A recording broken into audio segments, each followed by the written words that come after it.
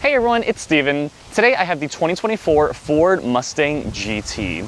This is the redesigned 7th generation of this iconic muscle car, and it includes much needed updates to the interior and some more subtle updates to the exterior.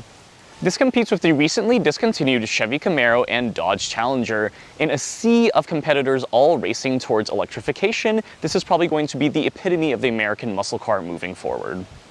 As expected, you can get this in either a coupe or a convertible format. I really wish we had the convertible here in beautiful Hawaii, but unfortunately I only have this coupe, or what they call the fastback style, but it still looks very sleek and I do love the appearance of this vehicle no matter how you get it.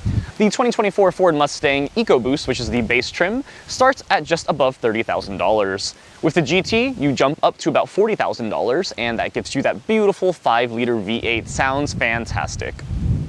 You can opt for a few different packages. You've got the Night Pony package, which actually this one has. For about $1,000, you can black out a lot of cool elements and make it a Night Pony. You've also got a higher package, I think it's called the GT High package, which gives you some nice things like ambient lighting on the inside. So the one I've been using here does have the Night Pony package and that GT High package, and it does have the automatic transmission, which makes this about $48,000 as tested. Like I mentioned before, the GT comes with that beautiful 5-liter naturally aspirated V8 they call the Coyote engine. It sounds fantastic. Let's take a listen right here.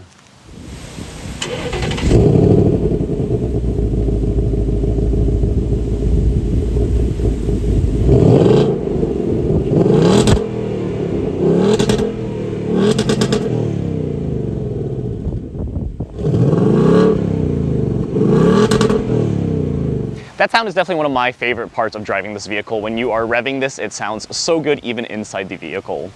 So with that V8, you get 480 horsepower and 415 pound-feet of torque. That gets you to 0 to 60 in about the low 4 seconds. It's actually quite fast as expected for this very sporty coupe. Now, if 480 horsepower isn't enough for you, you can step up to the highest trim, which is the Dark Horse. That gets you 500 horsepower. The Mustang GT comes standard with a 6-speed manual transmission with rear-wheel drive. You can get an optional 10-speed automatic transmission for $1,500, which this one has. The automatic transmission gets you fuel economy numbers of 15 city, 24 highway, for a combined 18 miles per gallon. All right, let's talk about the beautiful exterior of the redesigned 7th generation Mustang. So this one is the GT, which means you get that cool hood vent out in the front. You also get like some blacked out elements like the blacked out Mustang logo at the very front. But that Night Pony package is actually what blacks out things like the side mirrors and a lot of the elements on the front as well. You've got that gloss black plastic. The color here is actually dark matter gray metallic. I think that's what they call it. It really does look quite black in my opinion, but it is actually a $495 option compared to Shadow Black, which is actually free. So don't know how much you can tell, honestly, but with the Night Pony package, it certainly looks like it's an all-black vehicle. The front remains that iconic classic look. I think a complaint a lot of people had about this redesign is that it really wasn't much of a redesign on the outside, right? Like, it really looks very similar. And I mean, personally for me, I think the Mustang has always looked like a great vehicle, so I don't really mind, but they did do some new things with the lights. The headlights look very cool. They have this like sleek 3-element headlight, which looks super nice. You've also got those sequential turn signals on both the front and the back, which look very nice. Of course, in classic Ford and classic Mustang fashion, you have a lot of different Ford logos and Pony logos all throughout the vehicle. Going into the side profile here, you've got some very beautiful 19-inch ebony black painted aluminum wheels. They look fine. I don't think they're the best wheel design in the world, but I think they look pretty cool and they are blacked out, very matching with the rest of the car, right? You've got these beautiful like silver white brake calipers that say Mustang on them. Very cool. They are Brembo brake calipers. And you've also got this 5.0, the classic 5.0 that indicates that this is a 5-liter V8. It is also blacked out thanks to that Night Pony package. Otherwise, the side profile, you can see it is a pretty small vehicle, right? It's relatively long, but it's a very short vehicle. So definitely not going to be great for accommodating rear passengers. Otherwise, the profile looks very classic Mustang sports car coupe, right? It's got that sloped roof back, and it's just a really beautiful car in my opinion. I think it has a very nice presence, especially all blacked out. The only other thing notable on the very bottom here is going to be this little flare that comes out at the very bottom. In some ways it kind of even looks like a little step that you can get on, but it's definitely not. It's more to help the car stay clean and aerodynamic. All right, finally going into the rear profile here, you do have a spoiler here. You can choose to delete it, or you can choose to get the bigger, tall one. I actually really wish this one had the tall one because I think that looks really cool, but you've still got a cool spoiler here either way.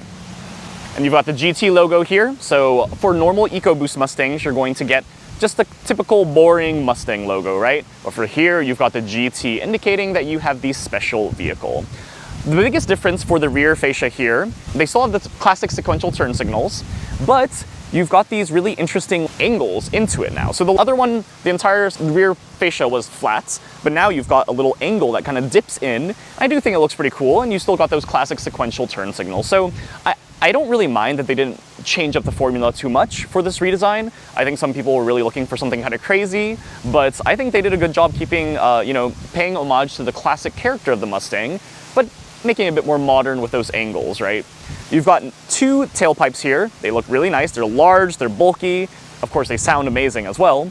You don't really have much of a rear diffuser here. I don't really know how much this helps, but you do also have some parking sensors, as you'll notice, on the front and rear, which is pretty nice. All right, going into the actual trunk here, of course, it's not a power liftgate, unfortunately, so you have to manually open it. But one really cool part about the Mustang is that you have a huge amount of cargo space, right? This is as much as most sedans out there, right? 13.5 cubic feet of cargo space. You can fit a ton of different things in here, you know, luggage, water bottles, suitcases, whatever you want. All right, let's take a look at the interior of the 2024 Ford Mustang GT. All right, keyless entry, very easy to get right in. And you do have some cool startup animations on these screens. You can see right now that it's kind of like pulsing orange through that. Very, very cool. Also see that you've got more Mustang logos pretty much everywhere. You've got some on the door sill here. I'll show you guys what the key fob looks like before we step inside. Standard key fob. I actually think this is the exact same key fob from the last generation, which is kind of disappointing. But you've got the Mustang to indicate that you don't just have a boring normal Ford vehicle, you have the infamous Mustang. More Mustang logos kind of everywhere.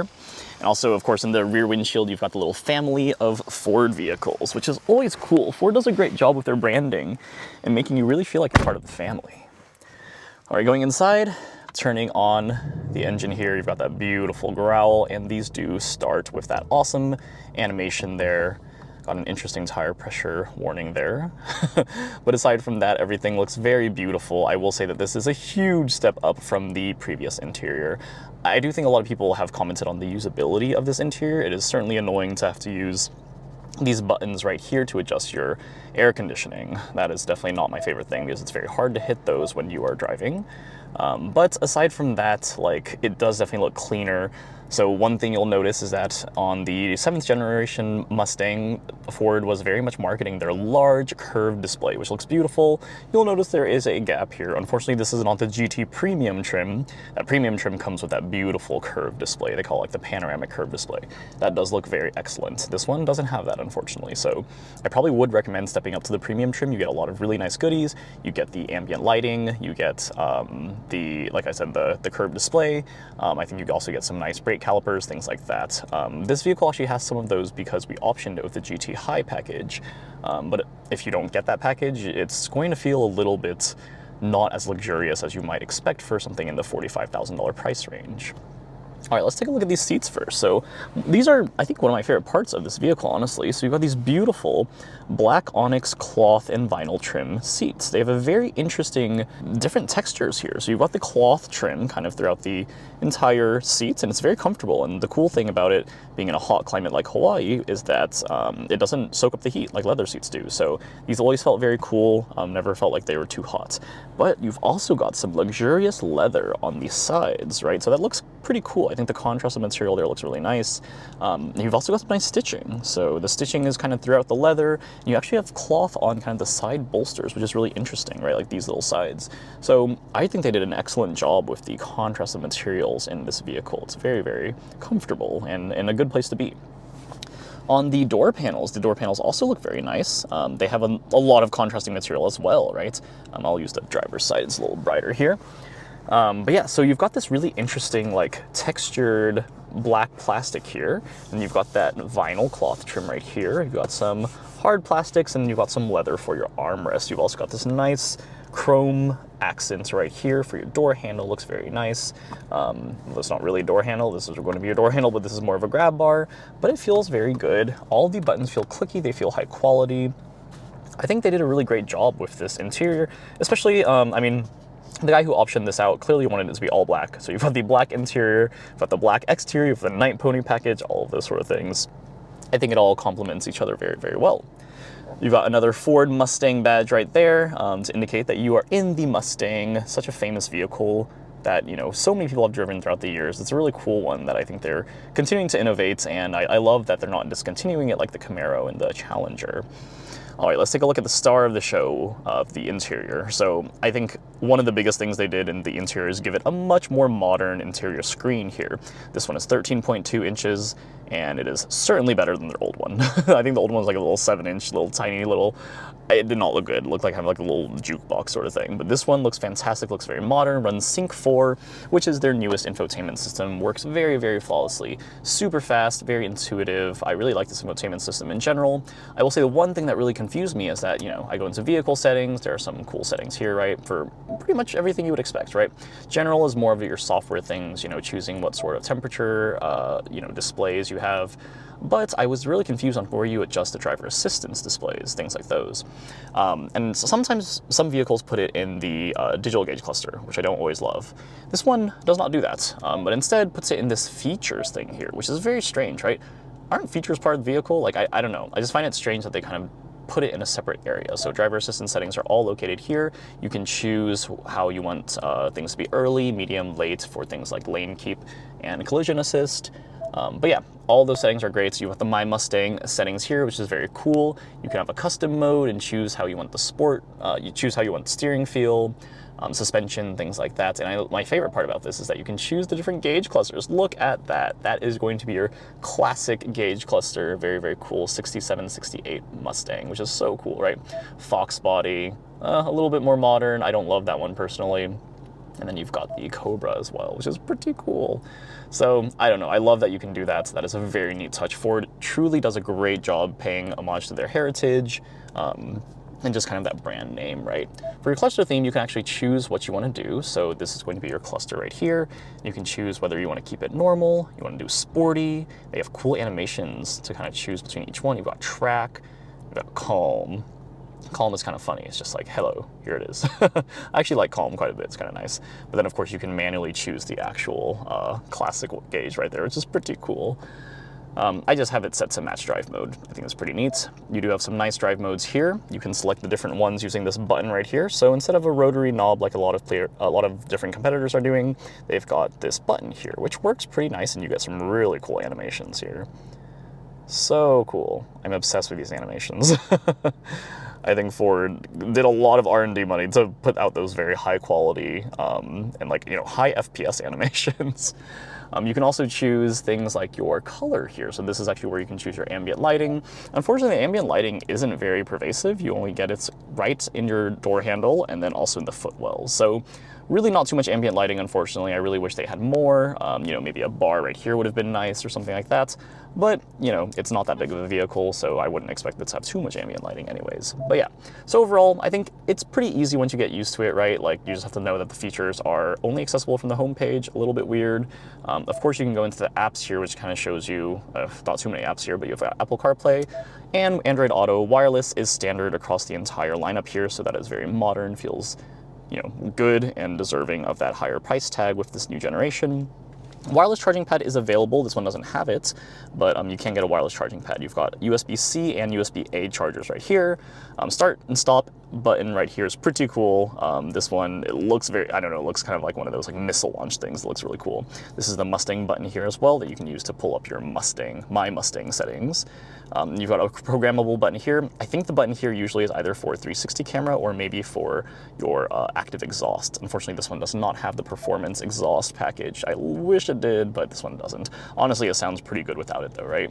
This is that same texture that's on the door panels, and it feels good and like it looks nice, right? Like it's not boring, you know, piano gloss, black plastic. It's just more interesting than that, and I think Ford did a good job with that same texture right here as well. All right, going into this digital gauge cluster here, this one is pretty nice. This one's, I think, about 13-inch digital gauge cluster as well. You know, you can change the configuration of it like we looked at a second ago, but aside from that, you really can't change what shows on this. It does pretty much show everything you need though, so I don't think people will be too upset with that, but you can kind of go through the different gauges here. And yeah, there's not too much to show. And there's really nothing you can configure as well. One thing I do like is that if you show driver assistance, notice how it moves from this little area right here to here. That's kind of a neat touch. I'll zoom in a bit to show you guys that. But yeah, look how it jumps back and forth. And it's not even like a weird animation, it actually like animates it fading away. So Ford did a great job with the infotainment system here. Now, one of the interesting parts about the steering wheel here is that you do have the steering wheel button, which normally indicates something like adaptive cruise control. You can use steering assist, things like that.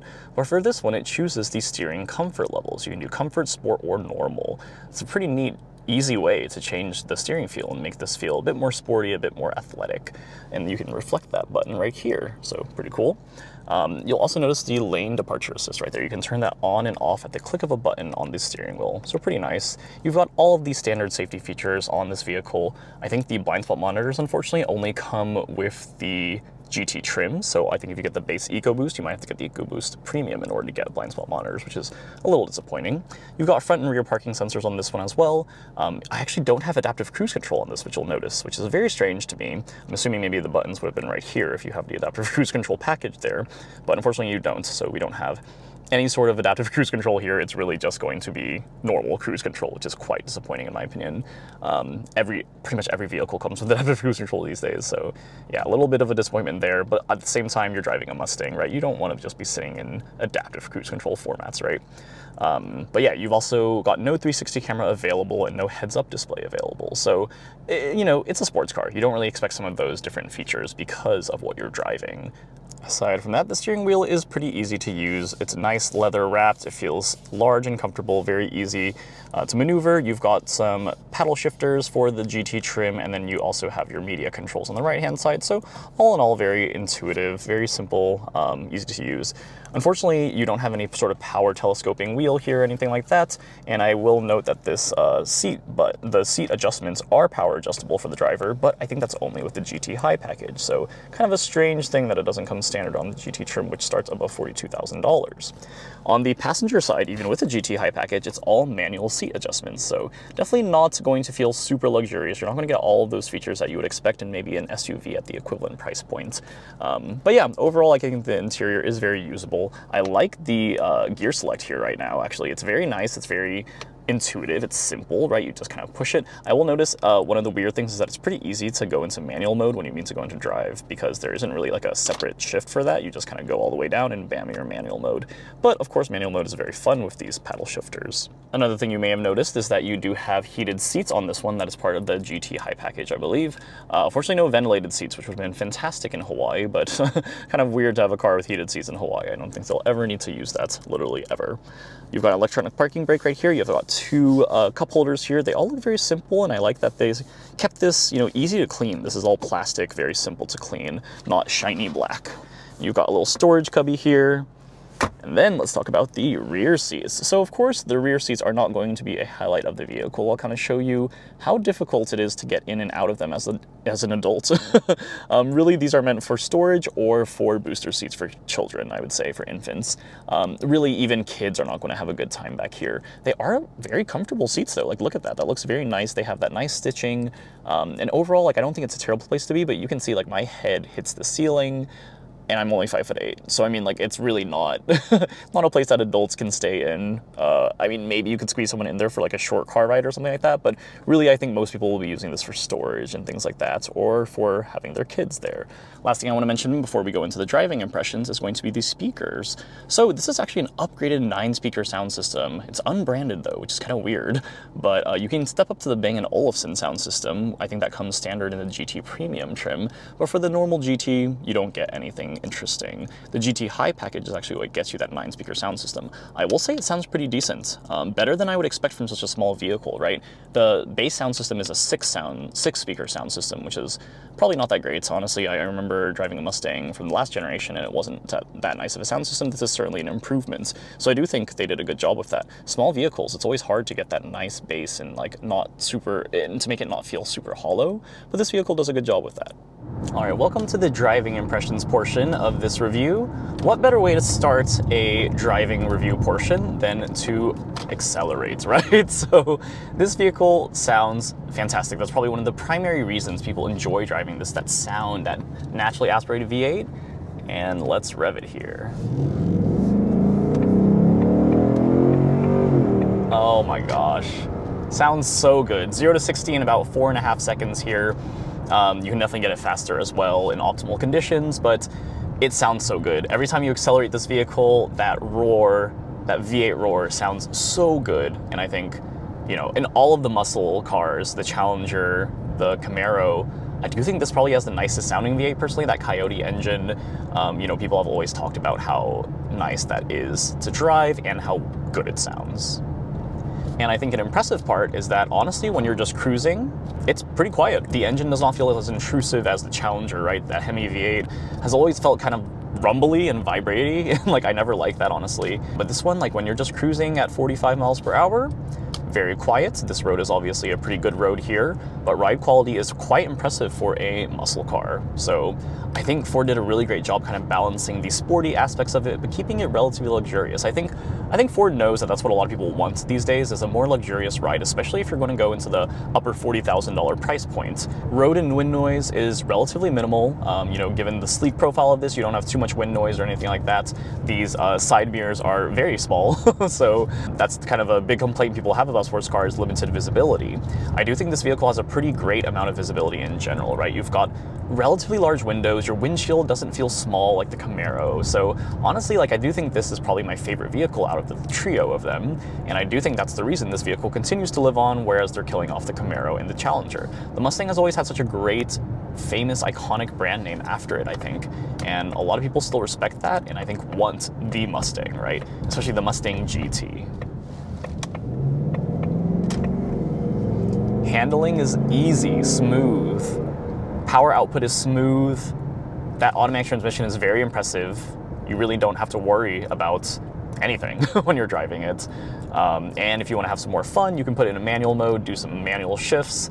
Always gets a nice roar out of that V8. And personally, I absolutely love what they did with the interior. The removal of the physical HVAC buttons is certainly not my favorite thing, but I understand that almost all the competitors are going towards basically everything being in a touchscreen. And as much as people don't like that, I think it's kind of a reality that we're going to be shifting towards. You know, a lot of people tell me whenever I complain about that you should just use the voice controls. And it's like, who wants to use a voice control every time to be like, lower the temperature 2 degrees or increase the temperature 2 degrees? I just don't think that's a really reasonable substitute for a lot of people out there personally. I really like what they did with a lot of the interior, like kind of gimmicky things, like changing the color options. I love that. I really wish more manufacturers gave us the ability to change kind of the colors of the gauges. A lot of vehicles have those preset themes like Genesis, Lexus, where you have some different color options, but they're all preset. I love that this one lets you choose which colors you want. Overall, I think this is an excellent family vehicle in terms of being a sports car as well, right? You have 2 actual back seats that you can put 2 infants in if you need to.